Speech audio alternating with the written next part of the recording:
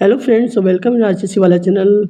कैसे आप सभी बड़े अच्छे होंगे। अगर आप लोगों ने इंडियन पॉलिटी का पहला पार्ट नहीं देखा है, जो बच्चा सीजीएल, सीएचएसएल और एमटीएस या फिर एनटीपीसी या ग्रुप डी की तैयारी कर रहे हो, रेलवे ग्रुप डी की तैयारी कर रहे हो, आप लोगों ने वो पहला पार्ट नहीं देखा है तो पहले पार्ट देख लीजिए, उसके बाद में इस पार्ट को देखना। ठीक है। इसमें पहले वाले जो मैंने की पॉइंट्स करवाए हैं मतलब सिलेक्टेड क्वेश्चन पूछे गए थे, या मैंने 20 क्वेश्चन आप लोग करवा दिए हैं, उन पर नहीं किया है तो कर लीजिए। ठीक है। और ये हमारा सेकंड पार्ट है। फर्स्ट पार्ट हमने कंप्लीट कर लिया है। सेकंड पार्ट और इसकी आप लोगों को प्लेलिस्ट भी मिल जाएगी, आप प्लेलिस्ट भी सर्च कर सकते हो। ठीक है, मेरे यूट्यूब चैनल पे जाके। ओके, मैंने तीन जो मतलब जो टॉपिक्स करवाए हैं यहाँ पे अलग अलग, जिसमें इंडियन ज्योग्राफी, हमारी इंडियन पॉलिटी और केमिस्ट्री है साइंस के। ठीक है, हिंदी मीडियम है। ठीक है, और आप कंफर्टेबल होंगे समझने में भी। ठीक है, इस तरीके से मैंने करवाया आप लोगों को। तो ये हमारा सेकंड पार्ट है। देखिए, क्वेश्चन नंबर 20 हमने कंप्लीट कर लिया था। 21 से देखिए नेक्स्ट क्वेश्चन करेंगे। क्वेश्चन नंबर 21 क्या दिया गया है। भारत पूर्ण संप्रभु लोकतांत्रिक गणतंत्र कब बना। 26 जनवरी 1949 को, या 26 नवंबर 1951 को, या 26 नवंबर 1930 को, या 26 नवंबर 1949 को। तो इनमें से कौन सा ऑप्शन राइट होगा। जब संप्रभुत्व लोकतांत्रिक गणतंत्र कब बना थे, ये बना था 26 नवंबर 1949 को। ऑप्शन डी राइट हो जाएगा। ये आप लोगों को सीचल में पूछना गया क्वेश्चन मिला था यहाँ पे, कुछ सीचल में पूछा गया 2015 में। 26 नवंबर 1949 मोस्ट इंपॉर्टेंट क्वेश्चन, ये बहुत बार रिपीट हो चुका है क्वेश्चन। ठीक है ना। 26 नवंबर 1949 को भारत पूर्ण संप्रभु लोकतांत्रिक गणराज्य बना, क्योंकि संविधान सभा द्वारा संविधान की उद्देशिका अथवा प्रस्तावना को 26 नवंबर 1949 को अंगीकृत अधिनियम एवं आत्मप्रतित किया गया तथा संविधान के कुछ अनुच्छेदों को तत्काल लागू कर दिया गया, जबकि शेष संविधान को 26 जनवरी 1950 को लागू किया गया। अंततः संविधान को पूर्ण रूप से लागू किया गया 26 जनवरी 1950 को। ठीक है ना। ओके, क्वेश्चन 22 क्या दिया गया है। भारतीय संविधान पूर्णतः किस तिथि से लागू हुआ था। देखो, पूर्णतः हो गया था यहाँ पे। ये क्वेश्चन आगे इसी में से पूछा गया है, और सीएचएल में पूछा गया 2017 में। मतलब मैंने जो पॉइंट बताया आपको, जो डिटेल्स बताई, उसमें से क्वेश्चन आपको 100% देखने को मिलेंगे। मैं नहीं कह रहा क्वेश्चन सेम आ सकता है, बट ये कह सकता हूँ जो आप लोगों को मैं डिटेल्स बता रहा हूँ उसको अच्छे से कर लेना बस। ठीक है ना। अगर आपने डिटेल्स को भी अच्छे से पढ़ लिया, रीड आउट कर लिया, एक बार वीडियो को पॉज कर लिया, अच्छे से पढ़ लो। थोड़ा टाइम लगेगा, बट हाँ, अगर आपने उसको अच्छे से कर लिया तो आपको दिक्कत नहीं आएगी। एक बार अगर चीज़ कर ले तो दोबारा करने की जरूरत नहीं होती है ना। तो बार बार रिपीट होती हैं चीज़ें। आप प्लीज़ इसको अच्छे से कर लेंगे। मोस्ट इंपॉर्टेंट की पॉइंट्स जो मैंने डिटेल्स बताई है, वहाँ से क्वेश्चन 100% आएगा ही आएगा। ठीक है। और क्वेश्चन 22 क्या है। भारतीय संविधान पूर्णतः किस स्थिति को लागू हुआ था। 15 अगस्त 1950, या ऑप्शन बी 26 जनवरी 1947, 15 अगस्त 1947, 26 जनवरी 1950। तो इसका जो आंसर आएगा 26 जनवरी 1950 को हुआ था। उपयुक्त डिटेल्स मैंने आपको बता रखी है, आप देख लीजिए। क्वेश्चन 23 संविधान की उद्देशिका प्रस्तावना का संशोधन कितनी बार किया गया। 3 बार, 2 बार, 1 बार, या संशोधन हुआ ही नहीं है। तो 1 बार ही हुआ था। संविधान की उद्देशिका प्रस्तावना का संशोधन 1 बार किया गया था। संविधान की उद्देशिका प्रस्तावना में संशोधन 1 बार 42वें संविधान संशोधन 1976 किया गया। इसके द्वारा उद्देशिका में समाजवाद, पंथ निरपेक्ष और अखंडता शब्द जोड़े गए। क्वेश्चन 24 है। भारतीय संविधान की प्रस्तावना में निम्न में से किस अभिव्यक्ति का प्रयोग नहीं किया गया। सर्वसत्ताधारी लोकतांत्रिक गणराज्य है, या समाजवादी है, धर्मनिरपेक्ष या संघीय। तो यहाँ पे आएगा संघीय। ठीक है ना। ओके, अमेंडमेंट जिसको हम बोलते हैं, याद रखना है इन इंग्लिश में। भारतीय संविधान की प्रस्तावना में संघीय शब्द का प्रयोग नहीं किया गया है, परंतु अनुच्छेद 1 के अंतर्गत भारत को राज्यों का संघ घोषित किया गया है। ठीक है ना। भारत को राज्यों का संघ घोषित किया गया है, क्योंकि राज्यों के संघ से ही भारत बना है। ठीक है ना। तो ये आपको याद रखना है। 25 हमारे संविधान की प्रस्तावना में उल्लेख नहीं है न्याय का, भारतत्व का, प्रतिष्ठा का, की समानता का, वैश्विक मताधिकार का। क्वेश्चन और इसका जो आंसर आएगा ऑप्शन डी, वैश्विक मताधिकार का। संविधान की प्रस्तावना में न्याय और भातृत्व और प्रतिष्ठा की समानता का तो उल्लेख है, परंतु वैश्विक मताधिकार का उल्लेख नहीं है। संविधान के अनुच्छेद 326 में वैश्विक मताधिकार पर लोकसभा और राज्य विधानसभाओं के निर्वाचन का होना उल्लेखित है। क्वेश्चन 26 है। संविधान के निर्माताओं ने के मानव भाव और आदर्श प्रतिबंध होते हैं मूल अधिकारों में। राजनीतिक निर्देशित सिद्धांतों में, उद्देशिका में, मूल कर्तव्य में। तो इसका जो आंसर आएगा ऑप्शन सी, उद्देशिका में। भारतीय संविधान की उद्देशिका में संविधान निर्माताओं के मनोभाव और आदर्श प्रतिबिंब होते हैं। यदि संविधान के किसी मंतव्य का स्पष्टीकरण नहीं हो पाए तो उद्देशिका निर्वाचन भूमिका का निर्वहन करते हुए मार्गदर्शन करती है। इन री बैरूबारी यूनियन 1960 मामले में कहा गया है कि प्रस्तावना संविधान के निर्माताओं के आशय को स्पष्ट करने वाली कुंजी है। दोबारा सुनो, प्रस्तावना संविधान की निर्माता, प्रस्तावना संविधान की निर्माताओं के आशय को स्पष्ट करने वाली कुंजी होती है। क्वेश्चन 26 है, भारत के संविधान में संघीय शब्द का प्रयोग कहाँ पर हुआ था? प्रस्तावना में, भाग 3 में, अनुच्छेद 368 में या संविधान में कहीं भी नहीं हुआ। तो इसका जो आंसर आएगा ऑप्शन डी राइट होगा। ठीक है, भारतीय संविधान के में संघ यहाँ पे है फेडरेशन शब्द के साथ, अभी संघ है फेडरेशन, ठीक है ना, अमेंडमेंट अलग होता है। ठीक है, फेडरेशन शब्द के साथ एक अनुच्छेद 1 के अंतर्गत राज्यों का संघ यूनियन स्टेट शब्द, मतलब अनुच्छेद 1 में बोला गया है तो यूनियन स्टेट के बारे में बताया गया है, यूनियन स्टेट होंगे। ठीक है ना, यूनियन ऑफ स्टेट होंगे, मतलब यूनियन 1। क्वेश्चन 28 है, भारत के संविधान में भारत को किस रूप से वर्णित किया गया है? परिसंघ, कल्प या एकात्मक या राज्यों का संघ या परिसंघ? तो यहाँ पे जो आंसर आएगा ऑप्शन सी राइट होगा, राज्यों का संघ। ठीक है, ये अनुच्छेद 1 में बोला गया है। भारत के संविधान विभाग के अनुच्छेद 1 में कहा गया है भारत अर्थात इंडिया राज्यों का संघ होगा। भारत अर्थात इंडिया का एक ही संघ होगा जो राज्यों का संघ होगा।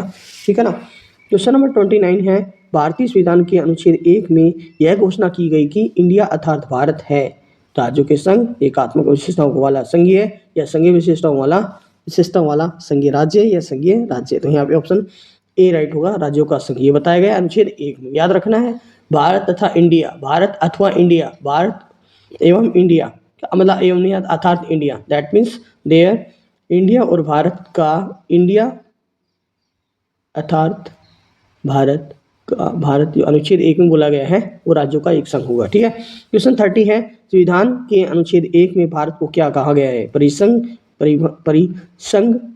प्रबल एकात्मक आधार के साथ या महासंघ या राज्यों का संघ। तो यहाँ पे आएगा ऑप्शन डी राइट होगा, राज्यों का संघ। क्वेश्चन 31 है, इनमें से अनुच्छेद में इंडिया को भारत को कहा गया है? अनुच्छेद 1, अनुच्छेद 2, अनुच्छेद 3, अनुच्छेद 4। तो अनुच्छेद 1 में आएगा। ठीक है, ऑप्शन ए। शक्तियों का विभाजन और स्वतंत्रता, न्यायपालिका किसकी दो महत्वपूर्ण विशेषता है? सरकार का लोकतांत्रिक स्वरूप है। ऑप्शन बी, सरकार का संघीय स्वरूप है। ऑप्शन सी, सरकार का संघीय स्वरूप है, या ऑप्शन डी, सरकार का एकात्मक रूप है। ठीक है ना, ओके। संघ और राज्य के बीच शक्ति, यहाँ पे ऑप्शन बी राइट, सरकार का संघीय स्वरूप। आप लोगों को एक आंसर देना है, भारत अर्थात इंडिया किस में बोला गया, किस अनुच्छेद में बोला गया, कमेंट बॉक्स में आंसर देंगे आप लोग। ठीक है, इसका जो आंसर आप लोग कमेंट बॉक्स में आंसर देंगे, ये कौन से अनुच्छेद में बोला गया है। ठीक है, संघ और राज्यों के बीच शक्तियों का विभाजन संघात्मक संविधान का मूल तत्व है।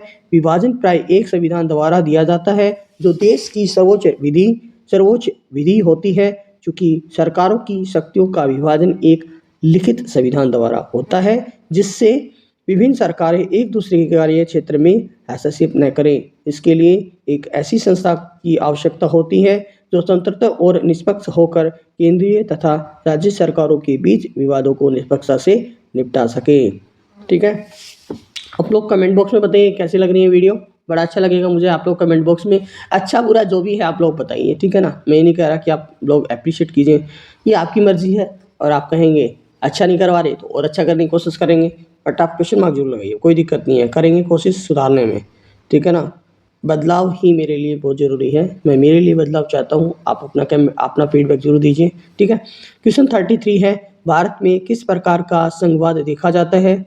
साथ आकर संघ बनाना, संघ बनाकर राज्यों का गठन करना, ऑप्शन बी। ऑप्शन सी, साथ आकर संघ बनाना एवं संघ बनाकर राज्यों का गठन करना, दोनों है, या ऑप्शन डी है इनमें से कोई नहीं। तो ऑप्शन बी राइट हो जाएगा, संघ बनाकर राज्यों का गठन करना। अनुच्छेद 1 में बोला गया है, ठीक है ना, सभी राज्य मिलकर एक भारत बनाएंगे। ठीक है, ऐसा बोला गया ना। भारत को राज्यों का संघ कहा जाता है, इसका मतलब भारत को राज्य का संघ कहा जाता है, राज्यों के संघ से ही भारत बना है। ठीक है, भारतीय संविधान की एक संघीय प्रणाली का प्रावधान करता है क्योंकि केंद्र और राज्य के मध्य शक्तियों का स्पष्ट है विभाजन विभाजन है, यद्यपि यह पूर्ण संघ नहीं है क्योंकि इसमें कई प्रावधान एवं शक्तिशाली केंद्र की रचना करते हैं। क्वेश्चन 34, भारत में संघ का राज्य क्षेत्रों की संख्या क्या है? 5 है, 7 है, 9 है, 6 है। तो यहाँ पे ऑप्शन बी 7 होंगी। वर्तमान में भारत के संघ राज्यों की संख्या 7 है। यह दिल्ली है, पुदुचेरी है, चंडीगढ़ है, दादरा नगर हवेली है, अंडमान निकोबार है, द्वीप समूह, अंडमान द्वीप एंड लक्षद्वीप। तो यहाँ पे देखा जाता है कि ये आज के दिन केंद्र शासित प्रदेश बन गए हैं, ठीक है ना। ये क्या बन गए यहाँ पर, ये क्या बन गया हमारे केंद्र शासित प्रदेश, यूनियन टेरिटरी। ओके, तो ये आपको याद रखना है।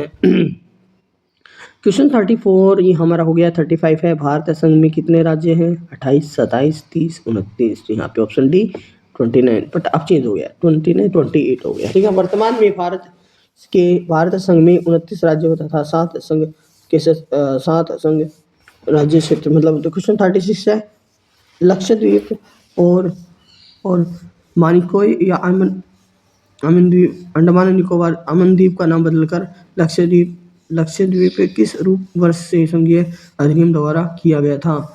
ठीक है ना। तो यहाँ पे 1973, 1971, 1970, 1972। तो ऑप्शन ए 1973। लक्षद्वीप, लक्काद्वीप, यहाँ पे है लक्काद्वीप और मानिकोय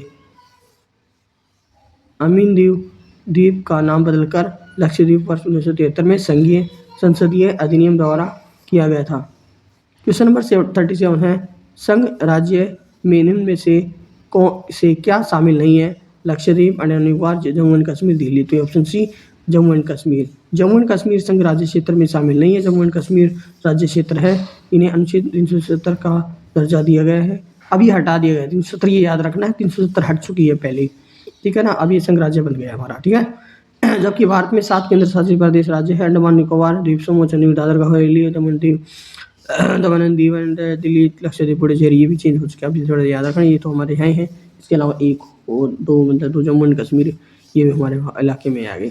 38 है, 1956 में राज्यों के पुनर्गठन करने से 17 राज्य और 6 संघ क्षेत्र बने थे। 17 राज्य 9 संघ बने क्षेत्र बने थे, या 14 राज्य और 6 केंद्र राज्य क्षेत्र बने थे। 15 राज्य और 9 राज्य क्षेत्र बने। तो ऑप्शन सी राइट हो जाए, 14 राज्य और 6 संघ राज्य क्षेत्र बने।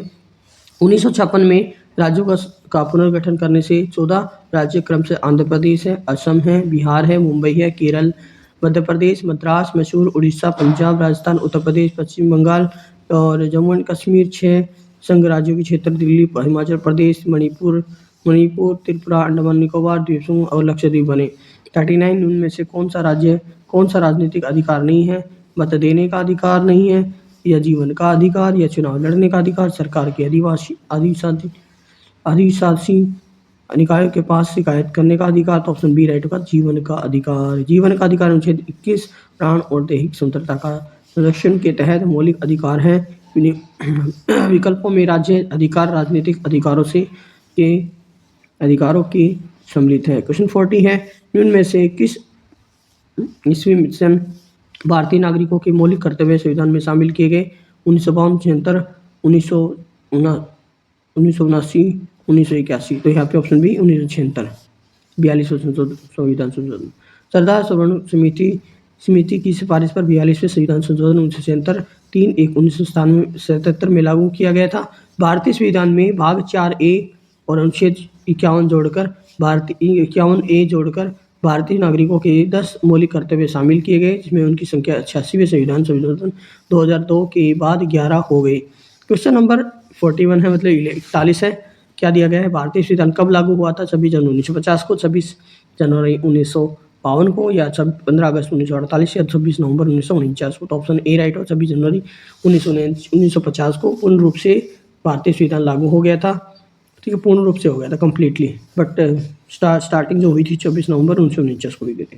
संविधान सभा के तृतीय वाचन की समाप्ति 26 नवंबर 1949 को हुई थी। इसी तिथि को सभा के सभापति के हस्ताक्षर के साथ ही संविधान की अंगीकृत अधिनियम और आत्मा अर्पित किया गया तथा इसी तिथि को ही यद्यपि संविधान के नागरिक और सर्वोच्च और अंतिम संसद में जुड़े उपबंध लागू कर दिए हो गए, किंतु अंतिम रूप से संविधान 26 जनवरी 1950 को पूर्णतः लागू हुआ और इस तिथि को ही सबसे प्रारंभ होने की तारीख कहा गया। अरे यार, तो क्वेश्चन नंबर 42 देखिए, भारतीय संविधान अपनाया गया था 26 जनवरी 1950 को, 26 जनवरी 1940 को, 26 नवंबर 1949 को या 31 दिसंबर 1949 को। तो इसका आंसर जो आएगा ऑप्शन सी राइट हो जाएगा, 26 नवंबर 1949 को। क्वेश्चन 43 है, हमारे संवैधानिक इतिहास में 26 नवंबर 1949 को एक महत्वपूर्ण दिन है। भारत ने इस दिन पूर्ण स्वतंत्रता की शपथ ली थी, या इस दिन संविधान को अंगीकृत किया गया था, या फिर इस दिन भारत गणतंत्र बना था, या इस दिन संविधान में पहला संशोधन पारित किया गया था। ऑप्शन बी राइट होगा, इस दिन संविधान अंगीकृत किया गया था। ठीक है, ये आपको याद रखना है। देखिए, संविधान का प्रारूपण किया गया था, पूरा हुआ था 26 को, 26 दिसंबर 1949 को, या 26 नवंबर 1949 को, या 30 नवंबर 1949 को। यह मतलब प्रारूपण जो पूरा हो गया था 26 नवंबर 1949 को।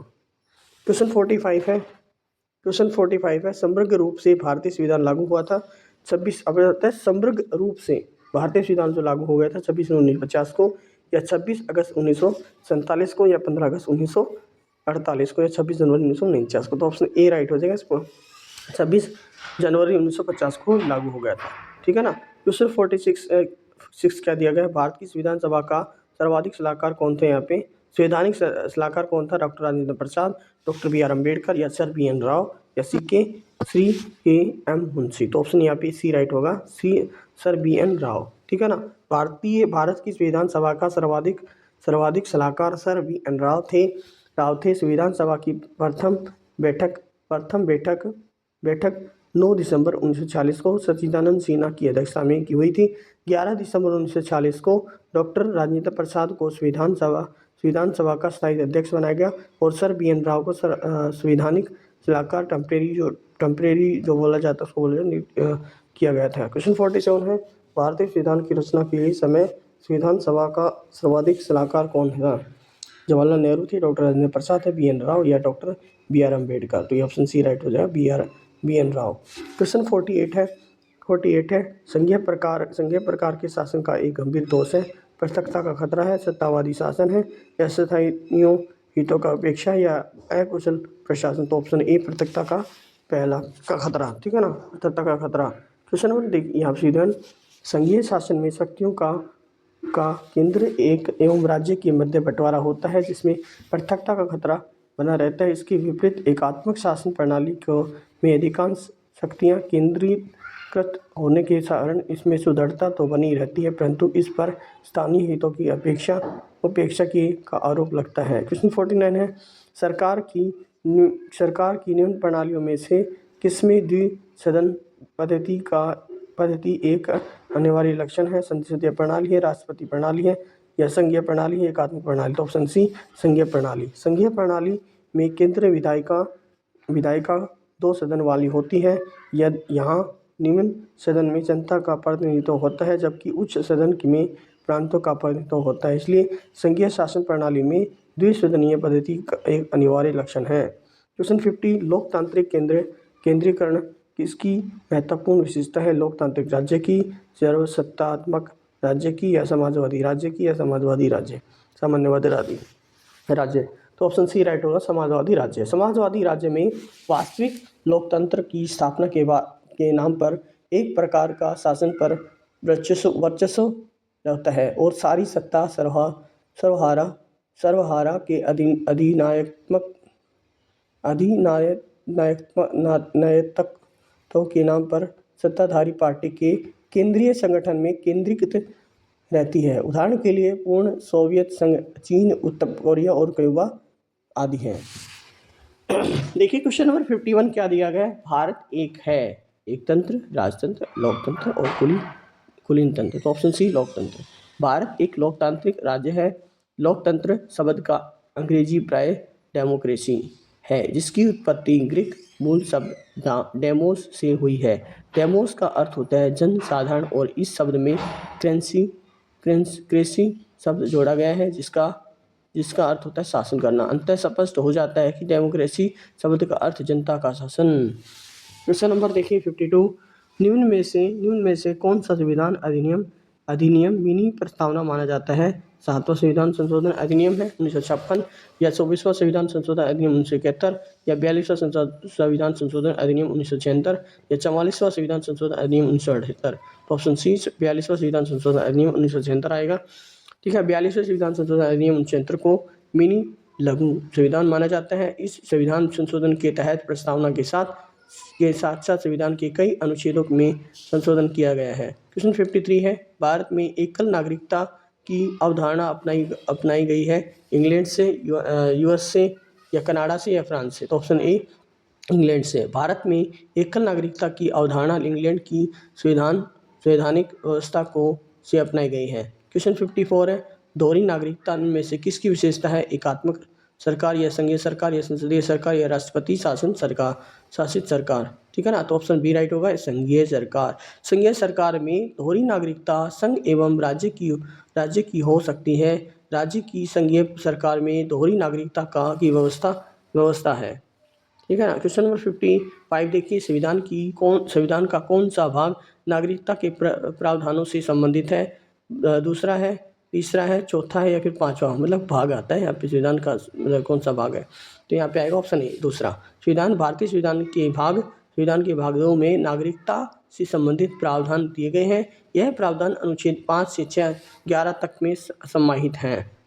ठीक है ना। 56 है, भारतीय नागरिकता को प्राप्त करने का तरीका वंचित करने का हो सकता है, या फिर मैच फॉलोइंग करना है? भारतीय संविधान को अंत करने का तरीका विधि के तहत समानता तथा संविधानों के समान संरक्षण, मूल अधिकार, पंजीकरण। तो ऑप्शन यहाँ इसका राइट आंसर जो होगा, देखो भारतीय नागरिकता को प्राप्त करने का तरीका होता है पंजीकरण करना। ठीक है, उसके बाद आता है हमारा जो सेकंड पॉइंट, भारतीय संविधान को एक अंत करने का तरीका हो सकता है यहाँ पे वंचित करने पर।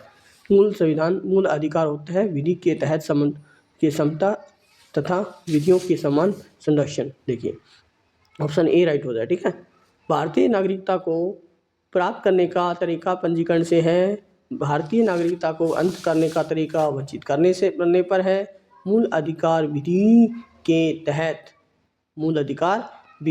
तहत क्या है? विधि के तहत समता तथा विधियों के समान संरक्षण। क्वेश्चन 57 है, भारतीय संघवाद निकट है नाइजीरिया के, ऑस्ट्रेलिया के, कनाडा के, या यूएसए? भारतीय संघवाद निकट है यहाँ पे ऑप्शन सी कनाडा के।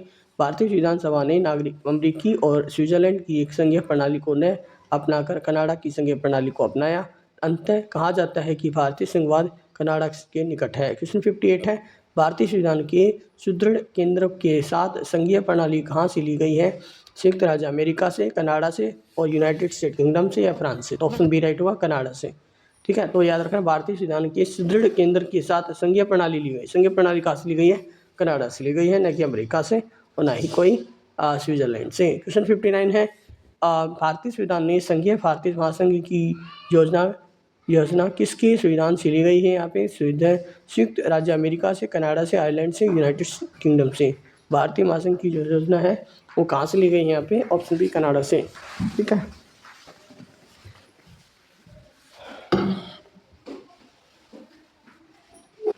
भारतीय संविधान ने जो कनाडा से ली गई, कनाडा के संविधान के सशक्त केंद्र के साथ धनात्मक स्वरूप को अपनाया गया। और यद्यपि भारत में भी संघीय व्यवस्था को अपनाया गया है, किंतु अमेरिकी संविधान की भांति दोहरी नागरिकता के प्रावधान को देश हित में नहीं अपनाया गया। क्वेश्चन 60 है, विधि का शासन की संकल्पना कहाँ से संवैधानिक प्रणाली की एक विशेषता है? तो यहाँ पे ब्रिटेन है, यूएसए है, या फिर फ्रांस है, स्विट्जरलैंड? तो ऑप्शन ए ब्रिटेन। विधि की सर्वोच्च इंग्लैंड की संस्थाओं की प्रधान विशेषता है। विधि के शासन का सीधा अर्थ है कि इंग्लैंड की विधि का शासन है। ठीक है ना, और न कि किसी व्यक्ति को निरंकुश इच्छा का। कोई व्यक्ति चाहे कितनी भी उच्च पदों पर पदासीन हो न जाए, विधि के नियंत्रण से मुक्त नहीं है। विधि की दृष्टि से सभी नागरिक समान हैं।